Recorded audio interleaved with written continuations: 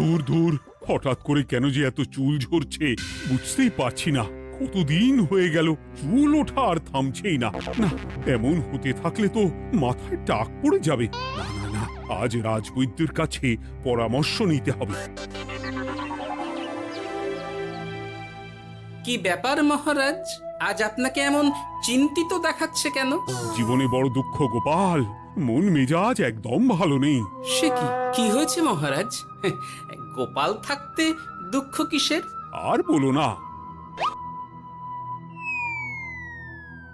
মাথার চুলগুলো আজকাল ঝড়ে পড়া পাতার মতো পটপট করে ঝরে যাচ্ছে। আমি তো জানি কেন এমন হচ্ছে, কিন্তু এখনই মুখ খুললে চলবে না। আর একটু বেশি বিপদ বাড়লে তখন মাঠে নামবো। তাই বলুন। এ তো খুব ছোট ব্যাপার, চুল ঝরলে টাক পড়বে, আর সেটা পড়া কত ভালো জানেন? কথায় আছে, যত বড় টাক তত বেশি টাকা। তুমি চুপ করো তো বাপু। যদি টাক থাকলেই টাকা হতো, তাহলে তোমার টাকা কোথায়? যেটা বোঝো না সেটা নিয়ে কথা বলো না। তাই না তাই, মহারাজের ঝরছে চুল, চিন্তার ভাঁজ মাথায়। গোপাল যতই চেষ্টা করুক, চিড়ে ভিজবে না কথায়। তোমরা সকলে থামো তো দেখি। ও রাজবৈদ্য, তুমি এর কিছু উপায় বলো। আগে মহারাজ, অনেক সময় দেহে ওই লৌহের পরিমাণ কমে গেলে এমন চুল ঝরে। আপনি বরং পালং শাক, ওই কিশমিশ, কলা ও আরো কিছু ফল আমি বলে দিচ্ছি, সেগুলো বেশি করে খান। আচ্ছা আচ্ছা আচ্ছা, তবে তাই করে দেখি।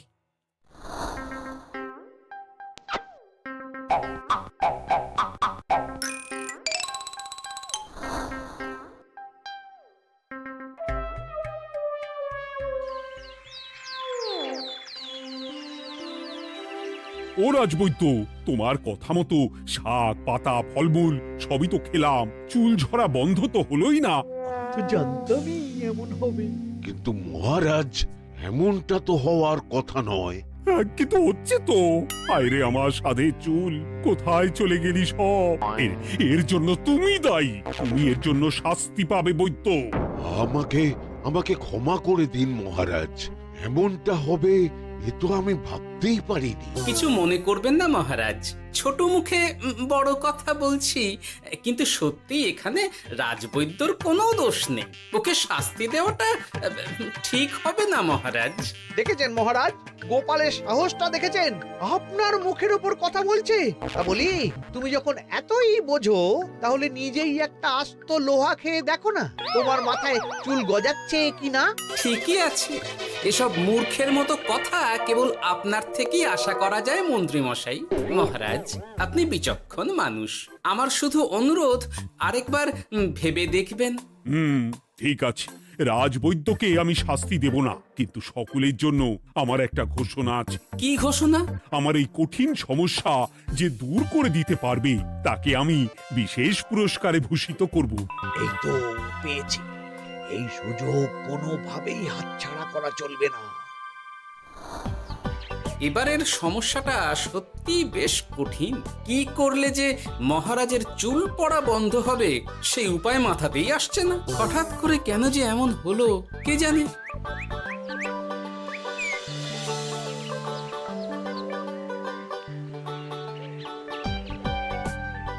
ও মা, তুমি এসে গেছো?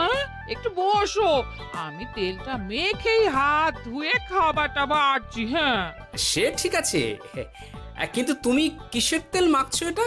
কি আবার মাথার চুলের তেল? এখানেও চুল, ওদিকে মহারাজেরও চুল ঝরে পড়া নিয়ে আমরা সবাই হিমশিম খাচ্ছি গিন্নি। আরে, মহারাজের অত সুন্দর কালো চুলগুলো ঝরে যাচ্ছে, এ তো ভারী দুঃখের কথা। সে আর বলতে, ওই জন্যেই তো আমি বাবা মাথায় এই জড়িবুটি তেল মাখি। এতে চুলের গোড়া শক্ত করে, চুলকে ভালো রাখে, নতুন চুল গজায় সব। হ্যাঁ। কি কি বললে? নতুন চুলও গজায়? সত্যি? হ্যাঁ। বাহ, তাহলে আর চিন্তা কি। আমাকে এই তেলটা একটু দিতে পারবে গিন্নি? মহারাজকে দিয়ে আসি। উনি বলেছেন যে ওনার সমস্যা দূর করতে পারবে তাকে উনি পুরস্কার দেবেন। ওমা, এই তাই নাকি? এই তো দারুণ ব্যাপার গো। নাও নাও নাও, তেলখানা নিয়ে মহারাজকে কাল দিয়ে এসো তাহলে। আর জানিয়ে দিও, দিনে 2 বার কিন্তু তেল মাখতেই হবে। হ্যাঁ, আচ্ছা ঠিক আছে।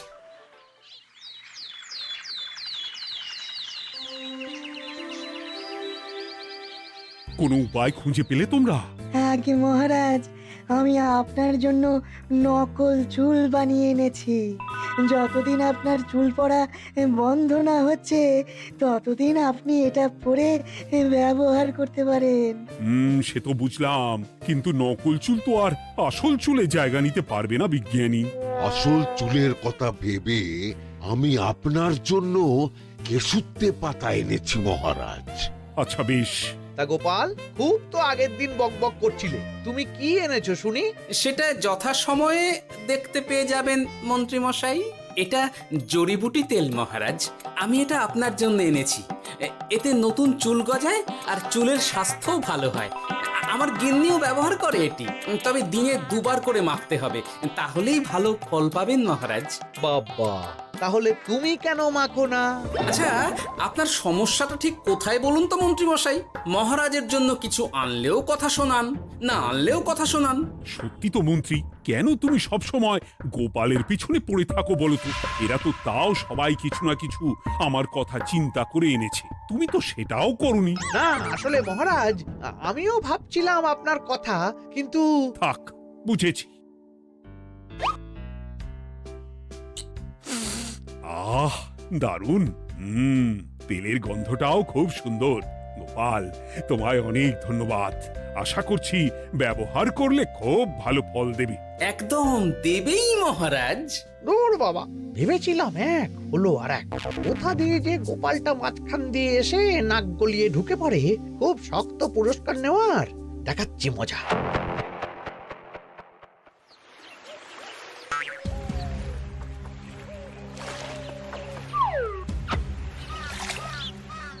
এবারে গোপালের তেল দিয়েই সব কিছু তোলপাড় করব।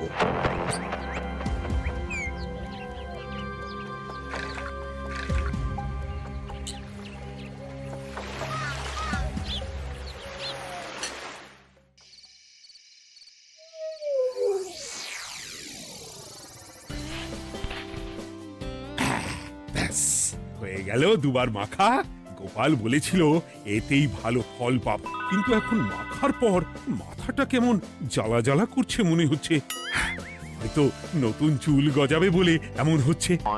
কাল সকালে বোঝা যাবে। এতক্ষণে বোধহয় ছোট ছোট চুল গজিয়েই গেছে। কি এটা চুল গজানোর তেল ছিল নাকি পড়ে যাওয়ার? হে ভগবান, যেটুকু বাকি ছিল সেটাও ঝরে পড়ে টাক পড়েই গেল। হ্যাঁ, গোপালই হলো যত নষ্টের গোড়া। আজ আসুক সভায়।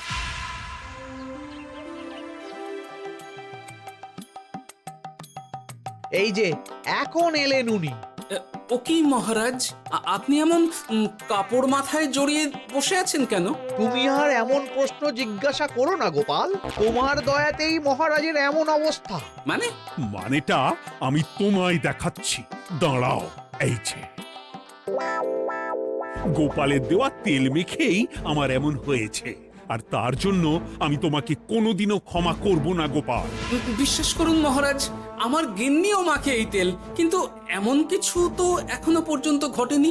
আমি আর কিচ্ছু শুনতে চাই না। আমার মাথা ভর্তি চুল আমি ফেরত চাই। যতদিন না আমার মাথার সব চুল ফিরে আসছে ততদিন আমি তোমার মুখও দেখতে চাই না। মহারাজ, আপনার কোনো চিন্তা নেই, আমি তো আছি। এবার এই সমস্যার একটা সমাধান আমি করেই ছাড়বো। কি ব্যাপার, মন্ত্রী মশাই এত লাফাচ্ছে কেন? এসবের পেছনে আবার ওনার হাত নেই তো? না, ব্যাপারটা পরে দেখতে হচ্ছে।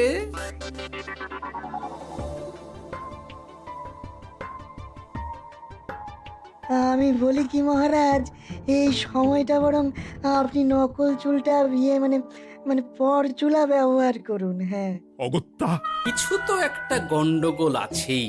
গিন্নিও তো রোজ মাথায় তেল মাখে, কই এমন তো হয় না। মন্ত্রী যদি কিছু করেও থাকে তাহলেও হাতে নাতে ধরবো কিভাবে? ও কি গো গোপাল দাদু, এখন এই সময় তুমি রাজসভা ছেড়ে এখানে? তোদের দাদু আর রাজসভায় যাবে না রে? কি বলছো গো? কেন? আর কেন, বিনা দোষে এমন শাস্তি। তোমায় শাস্তি দিয়েছে, তুমি শুধু বলো কে তোমার সাথে কি করেছে, বাকিটা আমরা বুঝে নিচ্ছি। আচ্ছা বলছি, কৃষ্ণনগরের মন্ত্রী মশাইয়ের বাড়িটা কোন দিকে একটু বলতে পারবেন? কৃষ্ণনগরে নতুন নাকি? আগে তো আপনাকে কখনো দেখেছি বলে মনে পড়ছে না। হ্যাঁ, আমি এখানে থাকি না, আমি এখানে আমার কাজে এসেছি, তাই মন্ত্রী মশাইয়ের বাড়ির ঠিকানাটা যদি একটু বলে দেন। নিশ্চয়ই, এ পথ দিয়ে সোজা চলে যান, তারপর কিছুটা ডান দিকে গেলেই পেয়ে যাবেন। আচ্ছা, অনেক ধন্যবাদ। ভিন গাঁয়ের লোক মন্ত্রী মশাইয়ের বাড়িতে? ব্যাপারটা বেশ সন্দেহজনক লাগছে। এই এই গুলটে ন্যাপলা, তোরা তোরা দুজন একটু আড়াল থেকে দেখতো লোকটা মন্ত্রী মশাইয়ের বাড়িতে ঠিক কি জন্য এসেছে, তারপর আমায় খবর দিস। ঠিক আছে গোপাল দাদু। তোমার আবার এখানে আসার কি দরকার ছিল?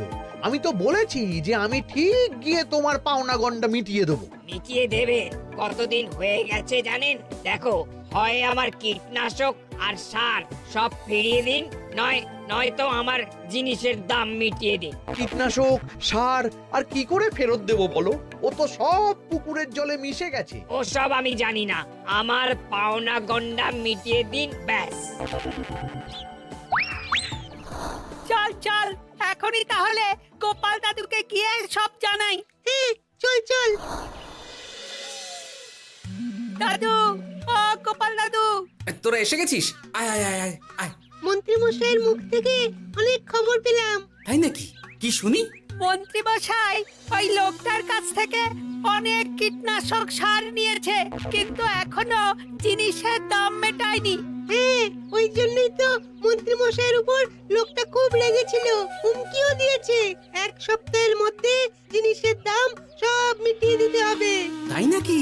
কিন্তু কীটনাশক সার নিয়ে মন্ত্রী মশাই কি করবে? সেটা তো বলতে পারবো না দাদু। তবে হ্যাঁ, মন্ত্রী মশাই ওই লোকটাকে বলছিল যে ওই সব কীটনাশক সার পুকুরের জলে মিশে গেছে।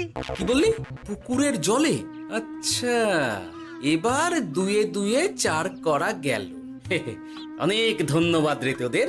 বল বল, তোরা কি খাবি? কিচ্ছু লাগবে না গোপাল দাদু, তবে ভোলা বয়ের আর মিষ্টি খাওয়ালে। আচ্ছা আচ্ছা। কি করে যে মহারাজকে আসল ব্যাপারটা বোঝাই, কিছু তো একটা উপায় বের করতেই হবে। তা বলি বাবা, রাজসভায় যেতে হবে না বলে কি সারাদিন এইভাবেই শয়নে শয়নে দিন কাটাবেন বাবা? হ্যাঁ, উপায় পেয়ে গেছি। বুঝলে গিন্নি, আমাকে একটা জায়গায় যেতে হবে, বুঝলে? তারপর ওখানে যদি কাজ হয় তাহলে আগামীকাল রাজসভায় আমি যাব। কিন্তু তুমি যে বলেছিলে তোমার এখন ছুটি। হ্যাঁ, কি আর করি বলো, গুরুত্বপূর্ণ একটা কাজ, তাই যেতেই হবে। আচ্ছা যাও। ওই গো বিজ্ঞানী, আরে গোপাল যে, বলো। এই এই যে বিজ্ঞানী, একটা বিশেষ দরকারে তোমার কাছে এলাম, বুঝলে? হ্যাঁ, বলোই না। আচ্ছা, এই দূষিত জলকে কিভাবে আবার পরিশুদ্ধ করে বলতে পারবে? কেন পারবো না? জলের মধ্যে একটু চুন আর ফটকিরি দিয়ে দিলেই জল আবার দূষণমুক্ত হয়ে যাবে। তবে ওগুলো দেওয়ার পর কিছুদিন সেই জলকে ব্যবহার করা বন্ধ রাখতে হয়। হ্যাঁ। আচ্ছা আচ্ছা, অনেক ধন্যবাদ, আসি তাহলে। হ্যাঁ,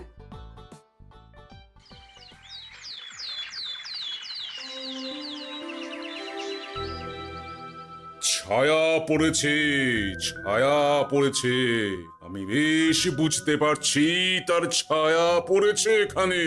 কার ছায়া পড়েছে? আজকাল তোর মাথা থেকে অনেক চুল ঝরে পড়ছে, তাই না?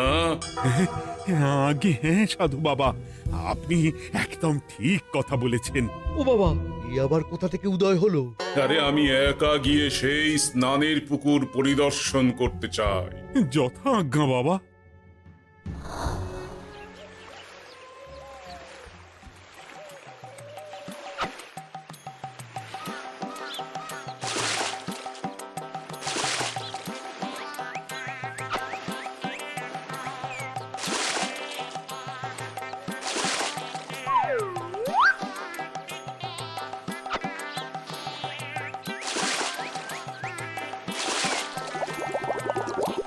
যাক বাবা, মোটামুটি সপ্তাহখানেক এভাবে থাকলেই পুকুরের জল আবার আগের মতো পরিষ্কার হয়ে যাবে। এবার শুধু মহারাজকে একটু বুঝিয়ে বললেই হয়ে যাবে।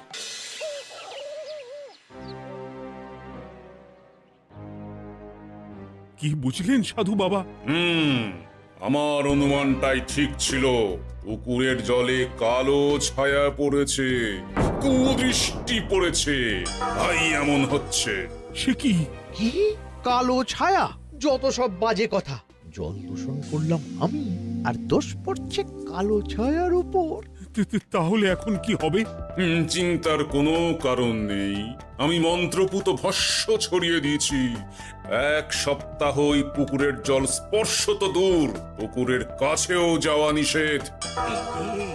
তাহলে আমার মোহরের কি হবে? যথাজ্ঞা সাধু বাবা। ও কি, তাহলে মহারাজ এতদিন স্নান করবেন কোথায়? সে কথা কাউকে চিন্তা করতে হবে না। মহারাজের ওপরে কালো ছায়া পড়া জল পড়েছে, তাই আগে সেটা শোধন করতে হবে। আমাকে তাহলে কি করতে হবে সাধু বাবা? আমার শিষ্য গোপাল আমাকে আগেই এই বিষয় জানিয়েছিল। আমি তার হাত দিয়েই তোর স্নানের জল পাঠিয়ে দেব। তাই আগামী 1 সপ্তাহ সেই জল দিয়েই তোকে স্নান করতে হবে। কি গোপাল? দেখছো তো মন্ত্রী, গোপাল আমাকে কত ভালোবাসে। আমি ওকে কত কথা শোনালাম, কিন্তু না না না না, কাল থেকেই আমি আবার গোপালকে রাজসভায় ডেকে আনবো। আমি আসছি, আমার কাজ হয়ে গেছে। আর হ্যাঁ, তোর স্নানের পুকুরের চারিদিকে প্রহরীর বন্দোবস্ত কর। কাক পক্ষীও যেন ওখানে প্রবেশ করতে না পারে। আচ্ছা বাবা, আচ্ছা।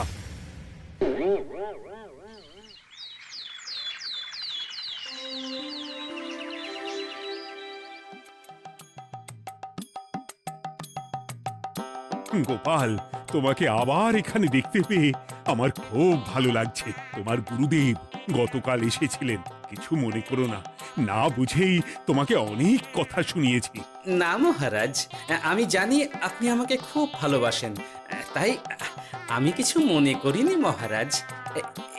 এই নিন, আমি আপনার স্নানের জল এনেছি। হ্যাঁ হ্যাঁ হ্যাঁ, দাও দাও দাও।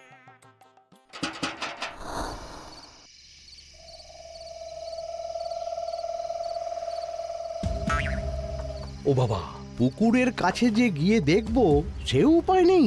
চারপাশে প্রহরীতে ভর্তি। তাহলে কি সত্যি সত্যি কালো ছায়া পড়েছে? ভালোই হলো, পাওনাদারকে বলে দেবো কীটনাশকটা জালি ছিল। হি হি।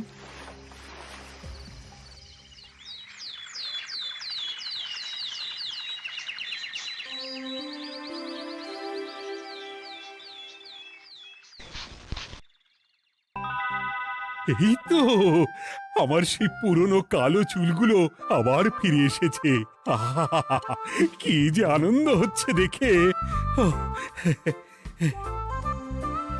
আজ 1 সপ্তাহ সম্পূর্ণ হলো। গোপালের জন্য আমার স্নানের পুকুর থেকে কালো ছায়া দূর হয়েছে। আমাকে এই সমস্যা থেকে দূর করার জন্য আমি গোপালকে 100টি মোহর উপহার দিতে চাই। ধন্যবাদ মহারাজ। দূর, আমার আর ভালো লাগে না। সব সময় গোপালই মোহর পায়, এটা তো আমার পাওয়ার কথা ছিল। এদিকে আজকে পাওনাদারও আসবে।